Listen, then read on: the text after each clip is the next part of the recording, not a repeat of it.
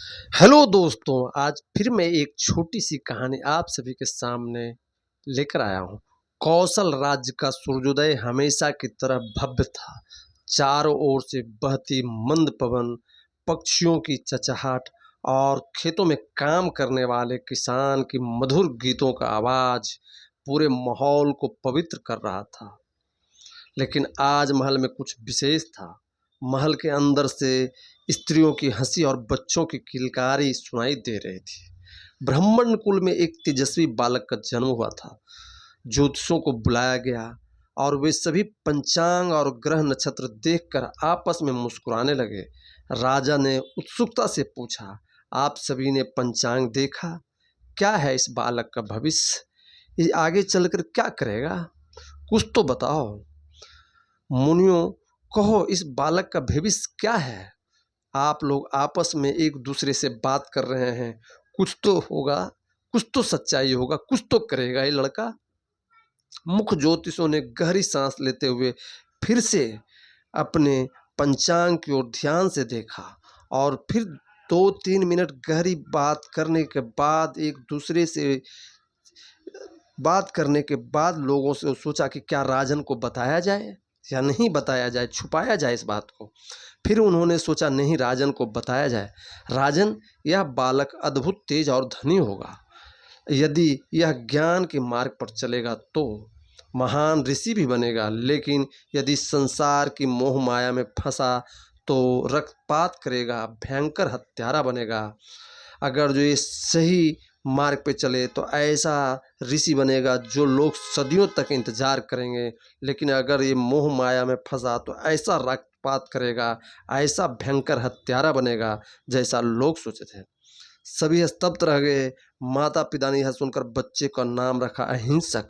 शायद नाम के प्रभाव से उसका जीवन शांति और अहिंसा के मार्ग पर ही चले। अहिंसक बचपन से ही अत्यंत बुद्धिमान, तेजस्वी और सुंदर था। उसके गुरु उसे अत्यंत स्नेह करते थे। वह हर कला में निपुण था। धनुर्विद्या, शस्त्र विद्या, वेद शास्त्र, गणित, ज्योतिष, चिकित्सा, हर चीज में वो आगे था। लेकिन उसकी तेजस्वी ने अन्य शिष्यों को मन में ईर्ष्या जन्म दी। वे आपस में बोलने लगे कि अगर जो इतना तेज है तो गुरु इन्हीं को सबसे ज़्यादा प्रेम देंगे। हत्यारा हमारा कौन महत्व देगा, इसलिए इसे साजिश में फंसाया जाए। एक दिन उन्होंने सभी मिलकर षड्यंत्र रचा। उन्होंने गुरु के कानों में यह बात भर दी कि अहिंसक गुरु की पत्नी पर बुरी दृष्टि डालता है। और इसी सोच से गुरु क्रोधित हो उठे और अहिंसक से कहा कि अहिंसक, तुम जब तक 1000 उंगली काट कर नहीं लाओगे तब तक तुम मेरे यहाँ नहीं आना। यदि तुम अपनी शिक्षा पूरी करना चाहते हो तो 1000 मनुष्यों का उंगली काट कर लाओ। अहिंसक स्तब्ध था। वो सोच भी नहीं सकता था कि उनके गुरु उनसे क्या बोल रहे हैं। उसने गुरु से प्रश्न किया, गुरुदेव, यह कैसा आदेश है? मैं यह कैसे कर सकता हूँ? गुरु बोले, यह तुम्हारी अंतिम परीक्षा है। यदि असली योद्धा हो तो करके दिखाओ। अहिंसक जिसे गुरु को उपदेश पत्थर का लकीर माना और जंगल की ओर निकल पड़ा और वही सोचता रहा कि ये कैसे संभव होगा, मैं कैसे कर पाऊंगा।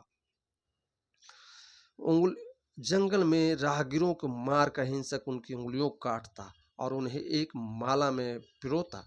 धीरे धीरे उसकी माला में 500 से अधिक उंगलियां हो चुकी थी। अब वो अहिंसक नहीं, अंगुली माल कहलाने लगा, उंगलियों की माला पहनने वाला। गांव गांव में उसका भव्य व्याप्त हो गया। माता पिता ने जब सुना तो उसकी आत्मा कांप उठी। उसकी माँ ने निश्चय किया, मैं अपने पुत्र को रोकूंगा, चाहे प्राण ही क्यों ना चला जाए। उसका माला 500 उंगलियों से अधिक हो चुका था। अब वो अहिंसक से उंगली माल की बहुत खतरनाक की ओर हो चुका था। उसी दिशा में बुद्ध भी अब प्रवचन की ओर जा रहे थे। बुद्ध उसे घने जंगल में पहुंचे जहां अंगुली माल रहता था। अंगुली माल ने दूर से देखा और तलवार खींच ली। ठहरो भिक्षु, यह तुम्हारा भी अंत कर दो। बुद्ध ने शांत स्वर में कहा, मैं तो रुक गया, अब तुम भी रुक जाओ। अंगुली माल हंस पड़ा, तुम तो चल रहे हो और कहते हो रुक गया, ये कैसा मजाक है। बुद्ध बोले, मैं अहिंसा, क्रोध, लोभ से रुक गया हूँ, अब तुम भी अपने जीवन का रक्तपात से रुक जाओ। अंगुलीमाल बुद्ध के चरणों में घुर पड़ा, उसकी आंखों से आंसुओं की धार बह निकल गई। उसने बोला, गुरुदेव, आज तक किसी की साहस नहीं हुई थी मेरे सामने ऐसा बोलने का, मजाक करने का। आप तो सही मार्ग दिखाने पहुंच गए हैं। क्या मेरे जैसा पापी के लिए भी मुक्ति है? बुद्ध ने उसका हाथ पकड़ कहा, पाप कभी इतना बड़ा नहीं होता कि पश्चाताप करने से मिट न जाए। बुद्ध ने उसे शिक्षा दी और अंगुलीमाल को भिक्षु बना लिया। गांव के लोग जब अंगुलीमाल को भिक्षु भेष में देखते तो क्रोधित होते। वो अपने भविष्य को याद करते कि इसी ने मेरे साथ जास्ती किया है। वो उस पे पत्थर फेंकते, गालियां देते, लेकिन अंगुलीमाल चुपचाप रहता और सेवा करता। वह बीमारों को सेवा करने लगा, अनाथ बच्चों को संभालने लगा और धीरे धीरे लोग उससे पिघलने लगे कि नहीं, अंगुलीमाला बदल चुका है।